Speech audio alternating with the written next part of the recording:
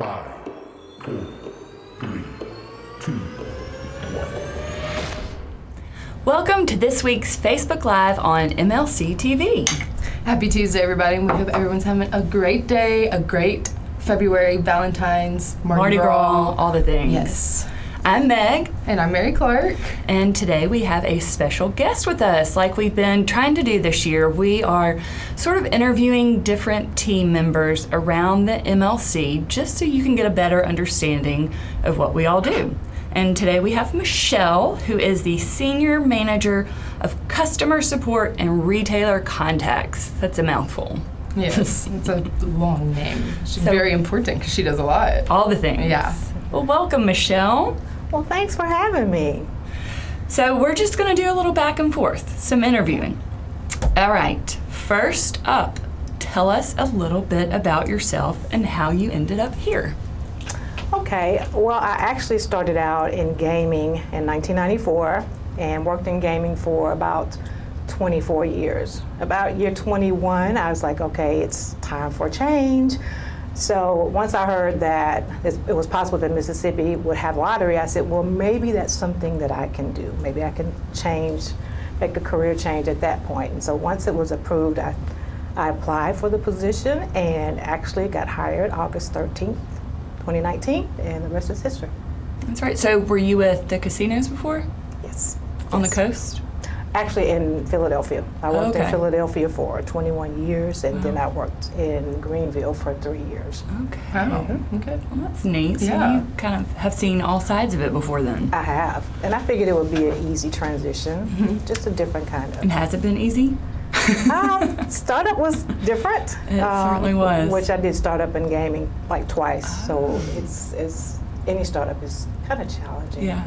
But I like a challenge, so. Okay. Well, what do you do here? Tell us your title again, but then what does that even mean? I'm Senior Manager of Customer Support and Retail Contracts. And our department, to me, is a department that actually gets it all started because we have to actually process applications. Well, actually, I could say the LSRs get it started because they have to pick up the applications and bring them to our department. And we process them and approve them meaning retailers, to sell lottery. And from that point, we actually just assist the retailers with whatever they need. Of course, the application process includes a surety bond, and the surety bond is renewed every year. So that's something that we have to contact the retailers every year to actually get them to send in their bond every year because they're renewed yearly. So that's a process we have to go through every year with the retailers, as well as having them to renew their contract, and that's a 3-year process.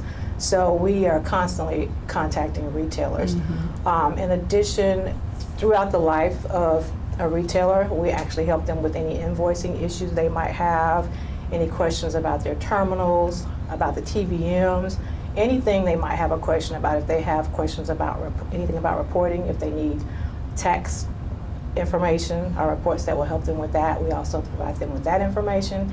And we also help the players. The players call us for any questions about how to play, where can I play,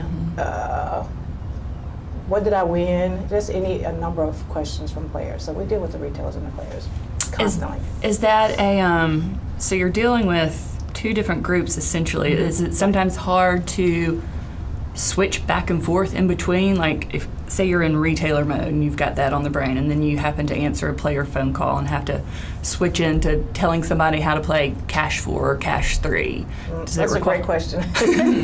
Because we didn't start out with the player part, That's right. assisting players. So it took some getting used to because we were just focused on retailers all the time. And then we had to transition to helping players, and then we had to, of course, learn the games and understand the games and be able to answer their questions. So the team has adjusted well. They have actually been able to go from retailers to players and handle the questions. And in the beginning, we tried to designate, say, these team members dealt with player calls, and then these dealt with retailers. But we learned that wasn't the best thing. So now the whole team deals with the retailers and the players as well. And like she mentioned, with a startup, we are constantly evolving. We are tweaking the process, trying to become more efficient and effective in everything we do things for players, retailers, vendors. It's just kind of a moving target, right? It is. Yeah. Do you have a question for Michelle? Yeah, so what is your like typical work day? Like how do you usually start your day, or like who do you talk to the most on your typical work day? Well, I typically talk to the team just to give them some direction for the day, especially if it's something that's happened at the last minute. Sometimes we might have issues with the TVM or something with the system, so I have to keep them informed of what's happening if something like that happens. But generally, we're always busy, constantly talking to retailers and to the players about whatever issues they might have. So it's just a constant door going back and forth between the retailers and the players. During the month of April, May, and June, we're really busy because a lot of our bonds actually expire in July, and then that's also the time of the year where we do our contract renewals. So we're very busy during that time, those months. Yeah. What is the most frequently asked question you receive? Let's start with retailers first. What's a question retailers may ask you the most when you're doing and processing these applications or helping them get equipped to be selling retailers? I guess the most questions we get from them is maybe about the surety bond and just general information in the application, because our application is kind of lengthy, but we are in the process of making it shorter and less intimidating to retailers. But those questions can vary. I mean, it's a lot of information, so those questions vary coming from the retailers as far as processing the applications. Other questions we get is how much is my bond for this year? Because the bond amounts do change based on their sales. It's not $8,000 all the time. It varies from year to year. So they generally do call and ask, but just a reminder to the retailers, you do get an email, before the renewal, letting you know how much your bond is. Okay, so what about customers? Like what are their players? What are their most asked questions? They want to know, how much did I win? Yeah, we can't always give them that information, especially on a scratch off. But if they call in with information for a draw game, we'll say this is what you won based on the information that you've given us. So they generally want to know how much they won. Yeah. And then, of course, I'm sure you encourage them to visit a retailer too and scan it just in case. Yes, we do. Yes, we do. Yeah, it's we get those questions a lot too, and it's hard because you can only go off what they're telling or what they've sent, and there may be some components missing from the message. So always visit a retailer if you don't really know what you won, or just in general. I mean, it never hurts to scan it because you might have missed something. Yeah. Right. Okay.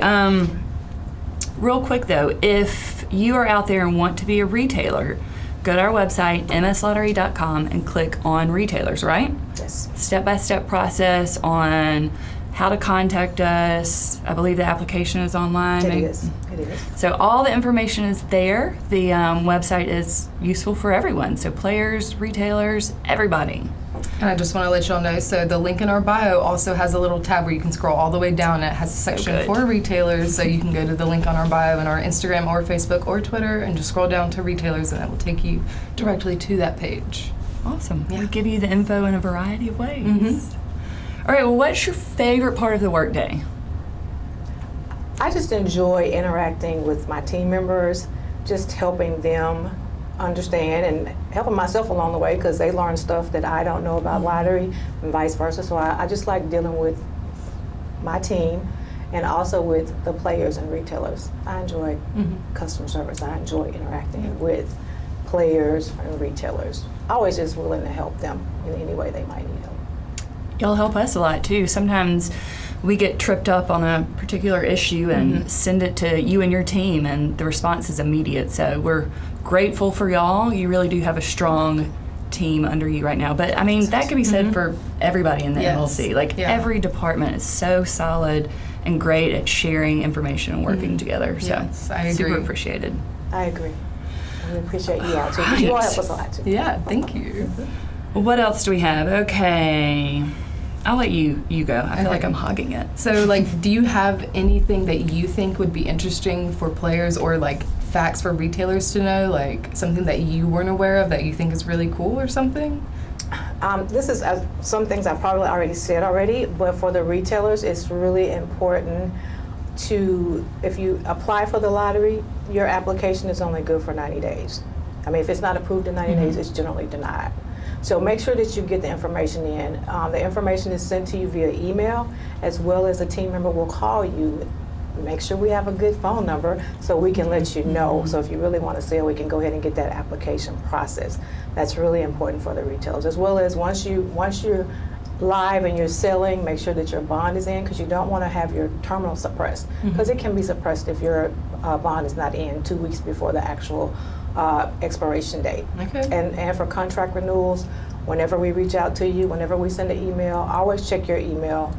We're always sending that information just so you won't have your terminal suppressed and your sales suppressed. So that brings up a good point.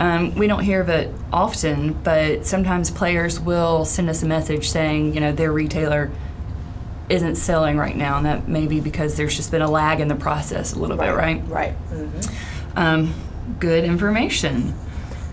And for the players, we always remind players to, once you purchase your tickets, always sign the back of your tickets, always. That's just so if you drop it, nobody can actually claim your prize. And also be sure to check your ticket at the self-checker on the counter. That's important, just so you know what you've won before you actually present that ticket to a clerk. That's always important. We always encourage the that. more you know. That's right. Yep. Well, very good. Well, what do you have anything else for us? I think that's it. I would just, like I said, those things that I mentioned for the retailers, as far as processing applications and getting that process going and making sure you're upselling as soon as possible, and then the tips for the players. I think all those things are really important.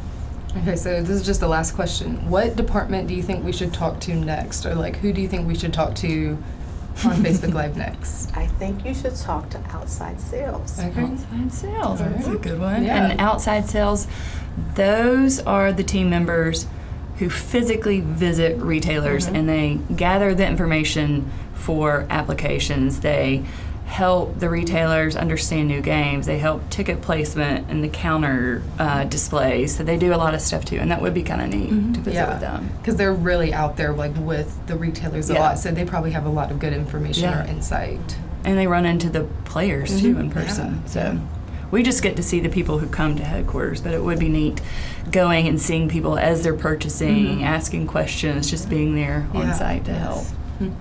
Thank you, Michelle. Don't leave just yet. We're going to do a few wrap-up things. First of all, let's see who's with us today. Stephanie. Good morning. Good and morning. we have Elena. Okay, that's a good question. Elena wants to know the last day she can enter second chance tickets. Okay, that deadline is March 28th. That's also the last day to claim on those 8 tickets, which you can find on our website. And then the drawing is the day after April Fool's Day, April 2nd. Hi, Randall. Good morning. All right, let's circle back to Green for Spring. We had our second drawing yesterday. The top prize of $15,000 was in Hickory Flat. Then $10,000 was in Jackson. And then the $5,000 is in Prairie. So congrats to those people. Keep an eye on your mail. We are going to send those certified letters out today. And the next drawing will be Monday, February 19th, that afternoon.